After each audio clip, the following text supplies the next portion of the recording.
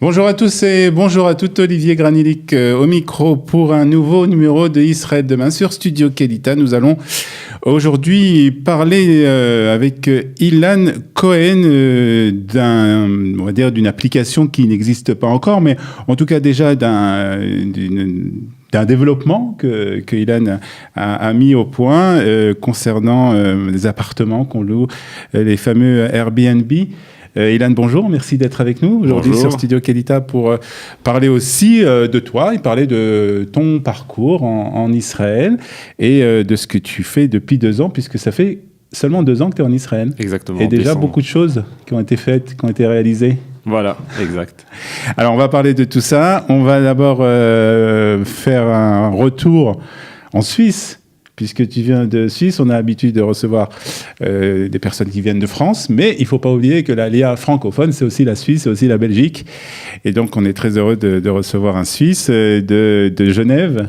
Voilà, exactement. Alors là, en enfance à Genève, tu te diriges très rapidement vers des études de business. Voilà, presque naturellement, on va dire. Ouais. Et en parallèle... Pour un petit Suisse. Voilà, exactement. En parallèle aussi des études en psychologie, par pure curiosité. Donc ça se passe à Genève. Et parallèlement à ça, comme chaque étudiant en fait, enfin pas chaque étudiant, mais très souvent, quand on est étudiant, on a envie d'avoir un peu sa liberté, son indépendance, et puis on loue un petit appartement. Tu as fait donc la même chose, tu as loué un appartement, je suppose que c'était à Genève, près de l'université de Genève. Exact. Un petit studio. Et là, un petit studio. Et là, c'est là que tu as eu une idée, comme on dirait, la petite lumière qui a commencé à s'allumer. Et quelle était cette idée ? C'était suite à mon parcours en finance. Donc, quand j'ai fini mes études, j'ai travaillé dans une banque suisse, le cliché.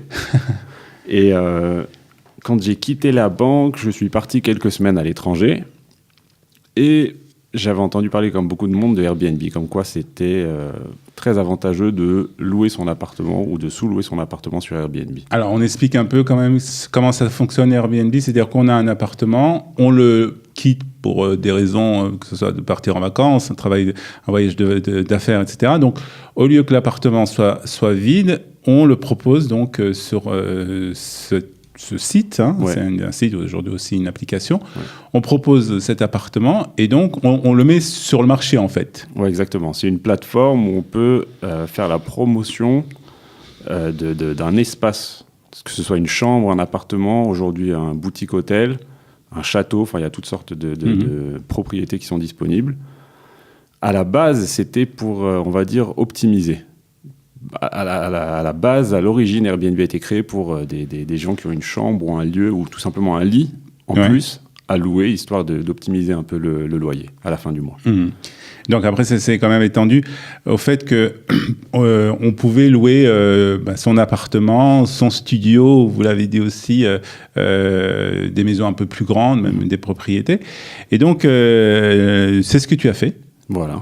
Tu as mis ton appartement, ton studio sur Airbnb et après, tu as eu d'autres idées qui se sont venues. Oui, j'ai essayé avec mon studio quand j'étais à l'étranger. J'ai vu que ça marchait assez bien, que c'était assez rentable aussi, il faut le dire. Donc je suis revenu à Genève et je me suis débrouillé pour avoir d'autres appartements en gestion. Donc j'en ai pris un, deuxième, un troisième, quatrième, 5, 10, 15. En tout, j'en ai eu une trentaine en Suisse. Et donc, je me suis dit, c'est... Et là, en fait, ce que tu faisais une gestion des appartements. C'est-à-dire que tu proposais, tu mettais les appartements sur Airbnb, tu négociais, je suppose, avec les personnes qui voulaient louer ces appartements. Tu faisais tout ce processus. Exact. De mettre l'appartement en ligne, donc faire les photos, équiper les appartements aussi parfois, les remeubler, les redesigner aussi. Et m'occuper de la correspondance avec ce qu'on appelle les guests, donc les gens qui restent dans les appartements. Ouais, donc c'était quand même un travail important, surtout si tu en avais 30, il fallait quand même les gérer. Exact. Donc tu avais quand même une certaine, on va dire, peut-être une carrière toute tracée à faire dans ce pays, en Suisse, à Genève.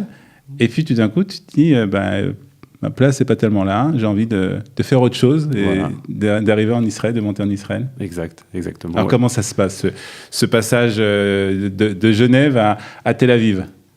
Dans l'ensemble, bien, pour résumer la question. Mais on va dire comment ça se passe dans la tête, c'est-à-dire d'où on arrive à cette conclusion que, Genève c'est bien, mais Tel Aviv c'est mieux. J'ai toujours voulu venir en Israël depuis plusieurs années. J'ai jamais vraiment eu l'occasion. Donc, avant, je travaillais en banque, j'étais dans mes études. Jusqu'au jour où je me suis impliqué plus dans le business de Airbnb. Tu avais quand même possibilité, parce que comme tu as fait des études de business, tu as fait aussi des études psychologiques, tu avais quand même possibilité, je suppose que tu parles plusieurs langues, de faire peut-être une carrière plus internationale, mais tu t'es dirigé quand même vers Tel Aviv, vers Israël. Exactement. Ouais. C'était un besoin? C'était quoi? Ouais, c'était par idéalisme, on va dire. Sionisme? Ouais. D'accord.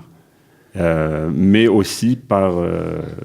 Il y a une opportunité qui se crée parce que Tel Aviv, c'est une des villes où il y a, je crois, le plus d'appartements sur Airbnb par habitant. Ah oui. Ouais. Il y a d'autres villes qui sont en train d'exploser, mais Tel Aviv, c'est connu pour ça. C'est-à-dire que les gens qui habitent à Tel Aviv ont compris le potentiel qu'ils avaient, parce que d'abord c'est une ville qui est au niveau tourisme très prisée. Il y a des touristes du monde entier qui arrivent à Tel Aviv, surtout dans certaines périodes, bien entendu pendant les mois de vacances, mois de juillet-août, mais pas seulement. Et là, on a un véritable potentiel de personnes qui ont des appartements sur Tel Aviv, de pouvoir les mettre à disposition, en gagnant un peu d'argent, bien entendu, à des personnes qui viennent de l'étranger. Exact. Et ça, tu l'as senti, je suppose que tu l'as pas seulement senti, tu as fait vraiment une recherche, une enquête pour savoir de quoi il s'agissait. Exact. Je l'ai vécu aussi quand on était plus jeune, quand on est en vacances ici. Quand on était un groupe d'amis, on venait pas forcément à l'hôtel. Ouais, surtout qu'il faut le dire, et c'est quelque chose que tout le monde sait, c'est que les hôtels à Tel Aviv sont particulièrement chers. Il faut dire que c'est un niveau assez cher, et que lorsqu'on vient, qu'on est étudiant, ou même lorsqu'on vient avec une famille, c'est pas toujours évident de prendre des chambres d'hôtel pour toute la famille. Ouais, exact. Donc cette solution de Airbnb est vraiment une bonne solution. Ça arrange tout le monde. Ouais, franchement, ça arrange tout le monde. Donc tu nous dis que c'est l'une des villes, en tout cas, où il y a plus d'appartements qui sont mis à disposition des touristes. Par habitant. Ouais. Donc il y a un véritable potentiel. Donc tu te dis, alors est-ce que tu te dis, je vais venir et je vais faire la même chose que je faisais à Genève? Non, parce que quand j'étais à Genève, je me suis rendu compte de l'importance d'externaliser, d'outsourcer certains services pour compléter la gestion, pour avoir une gestion beaucoup plus fluide. Notamment le ménage, le drap et les serviettes. Donc c'est ce qu'on fait aujourd'hui.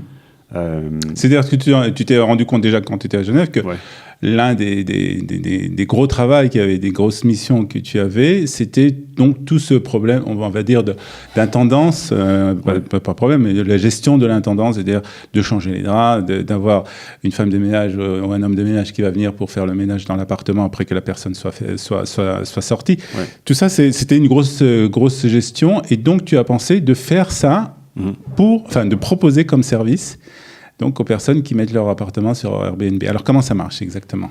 Alors c'est très simple. Nous, ce qu'on met à disposition, c'est une équipe de ménage à n'importe quelle heure de la journée quasiment, avec nos draps, nos serviettes et tout ce qu'on appelle les amenities.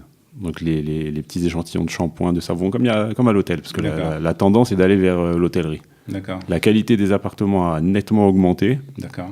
C'est plus l'étudiant qui loue sa chambre parce qu'il part 2 semaines en vacances. Aujourd'hui, c'est vraiment un business. On a de plus en plus de ce qu'on appelle multi-property managers, donc des gens qui gèrent exclusivement des appartements qui sont destinés à Airbnb. C'est-à-dire qu'il y a des personnes aujourd'hui qui peut-être investissent dans un appartement, et cet appartement, il est loué essentiellement sur Airbnb. Oui, exact. J'ai entendu parler aussi aux États-Unis d'une banque qui accorde un prêt pour les gens qui veulent acheter un appartement et le mettre sur Airbnb. Donc ça a ouvert en fait un nouvel écosystème. Ça a ouvert un nouveau écosystème, et donc il y a aussi un besoin de services. Et donc en fait ce que tu fais avec c'est une société, on va dire, patronyme. Et bientôt l'application, puisqu'on est quand même dans une émission de technologie, donc on va parler aussi un peu de ça, de l'application qui est sur le point d'être mise sur le marché.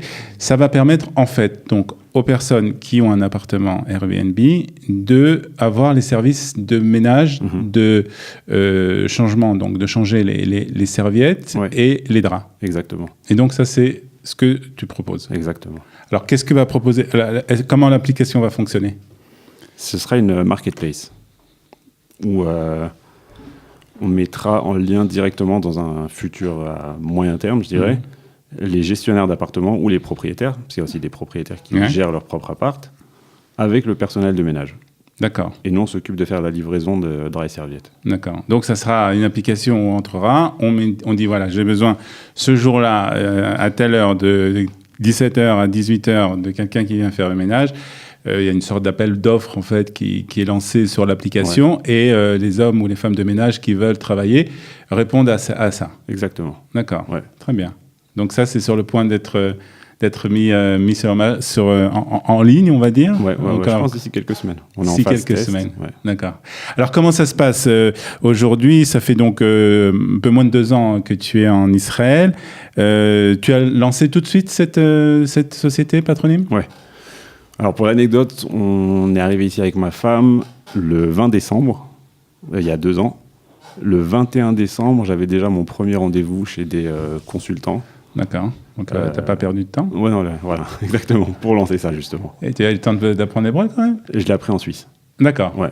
Donc, tu es venu déjà avec un bagage d'hébreu. Voilà. C'est important pour pouvoir parler et pouvoir avoir des connexions ici avec le monde. C'est super important. C'est très pour important. Pour ne pas dire crucial. Ouais.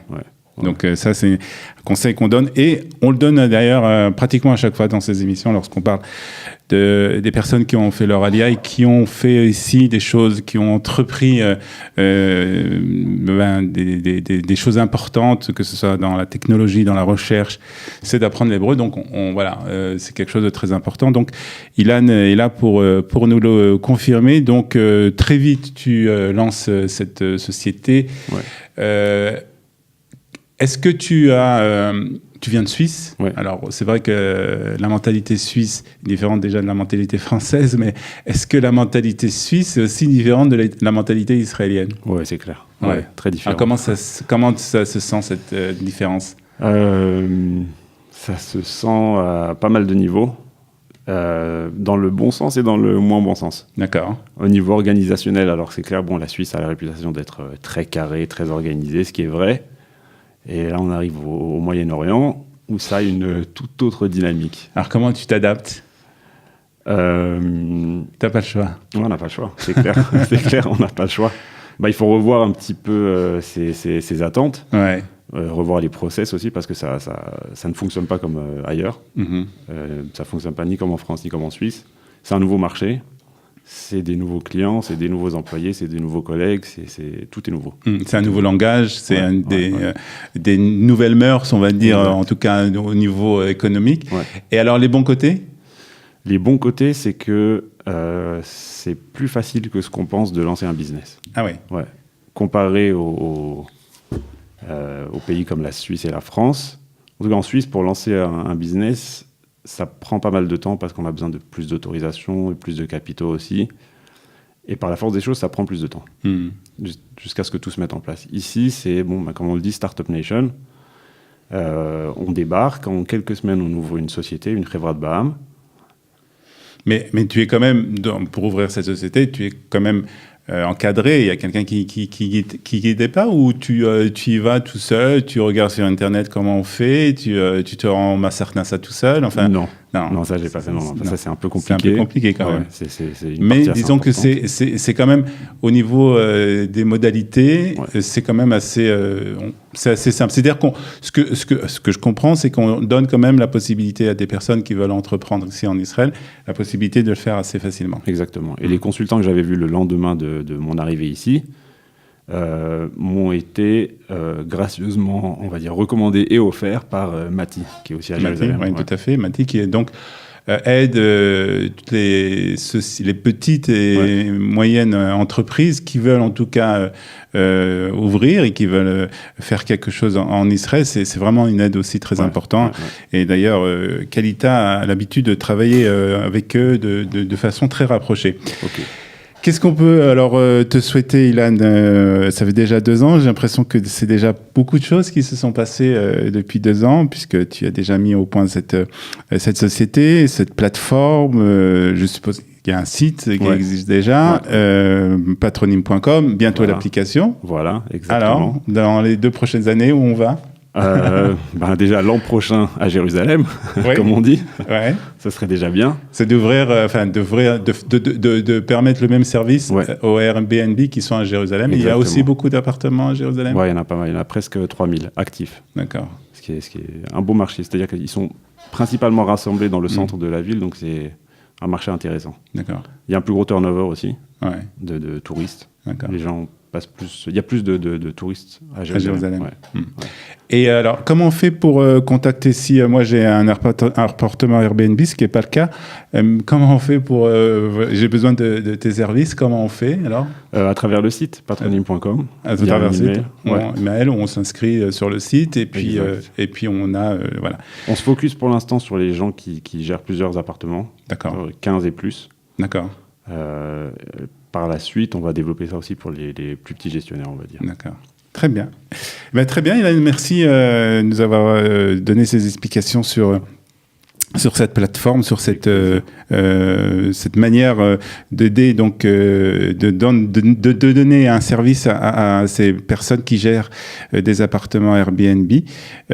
Donc merci beaucoup. Et puis on va te souhaiter une bonne Be'atzlacha pour le reste de ton alia et le reste de tes aventures ici en Israël, venu donc de Genève, de Suisse. C'était un plaisir de recevoir Ilan ce matin. Merci beaucoup. À bientôt sur Studio Qualita. Merci de nous avoir suivis. Nous nous retrouverons bien entendu la semaine prochaine pour un nouveau numéro de Israël demain sur Studio Qualita. Bonne journée à tous. À bientôt. Bye bye.